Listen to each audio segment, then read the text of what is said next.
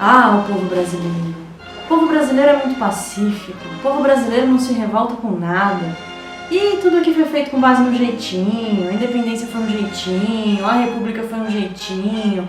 Desde que o mundo é mundo, o povo brasileiro não se revolta com nada. Será?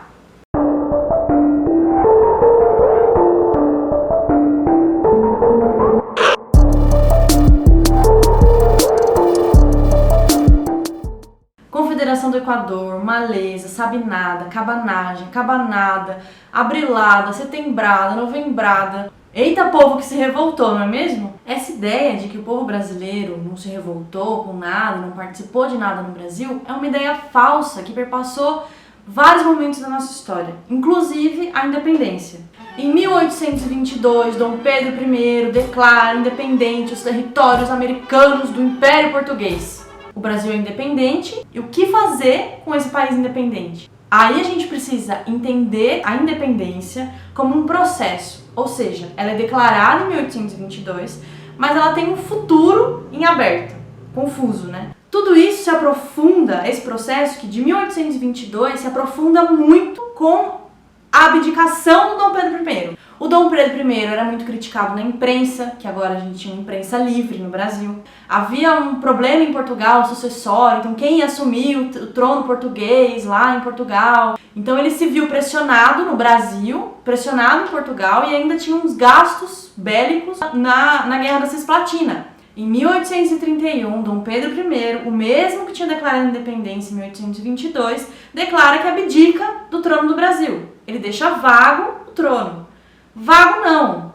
Ele deixa o trono para o Dom Pedro II, que tem apenas 8 anos. E quem assume é a regência. E esse período do Brasil é um período muito conturbado e é experimental. Por que ele é experimental? Porque com a saída do imperador, todas essas possibilidades políticas vão surgindo. Elas surgem tanto nos jornais, nas ruas e nas revoltas. E aí é que está o que a gente vai tratar hoje. De uma dessas revoltas, para tentar entender um pouco como essa população reagia e fazia propostas do que seria esse país em formação que era o Brasil. Esse futuro inaugurado é o que a gente pode chamar de uma revolução em curso. Alô, Marco Morel. A gente vai pensar essa independência como um carro. E nesse carro teria uma possibilidade de ter 3 motoristas. Um motorista que fala assim, pô, legal, independência. O carro da revolução começou a andar e eu vou dar uma estacionada aqui. O segundo motorista é o motorista que fala assim, não, vamos meter o pé no acelerador e meter bronca no que vai ser esse futuro desse país. E tem o terceiro motorista, que é o motorista meio egípcio. Ele faz a egípcia e fala assim, não tá acontecendo nada, não mudou nada, não aconteceu nenhuma revolução, isso aqui é uma continuidade. É o que a gente chama na historiografia, na história, de os moderados, os liberais moderados, que é esse pessoal que fala, tá, a gente fez a independência, agora a gente vai parar por aqui. Os liberais radicais, que é o pessoal que já tá falando em república, enfim, em outras coisas, em outro tipo de arranjo político. E os restauradores, que é a galera que vai falar assim, não aconteceu revolução nenhuma e o ideal mesmo é voltar ao imperador. E o que o projeto restaurador quer? Na maioria das vezes, esse projeto que é considerado restaurador, ele quer a volta do Dom Pedro I para o trono do Brasil. E no limite, esses restauradores falam também em fim da Constituição, ou seja, na volta do absolutismo. Para a gente discutir e exemplificar um pouco o que foram essas propostas e essas revoltas e esse momento turbulento da nossa história e violento da nossa história, eu vou falar um pouco do que eu pesquiso, que é a revolta do Pinto Madeira. Ninguém ouviu falar disso ainda, né? Então, quem foi o Pinto Madeira? O Pinto Madeira, ele nasce lá no Ceará, e é lá no Ceará que a revolta vai acontecer. Ele era um cara que sempre jogou do lado do imperador. Mesmo antes do Brasil ser independente, ele já tinha participado de várias repressões a revoltas que eram mais progressistas, então que falavam em república, como por exemplo uma que aconteceu em 1817 em Pernambuco. O Pinto Madeira, então, em 1831, quando o imperador vai embora, ele já fica meio, acho que o negócio não tá muito bom pra mim.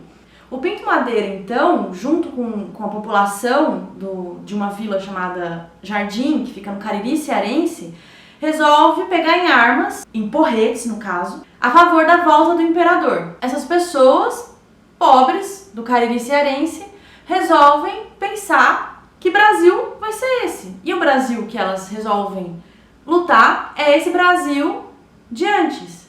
É o Brasil com o Dom Pedro I e sem a Constituição. Então quem eram essas pessoas que pediam a volta do imperador?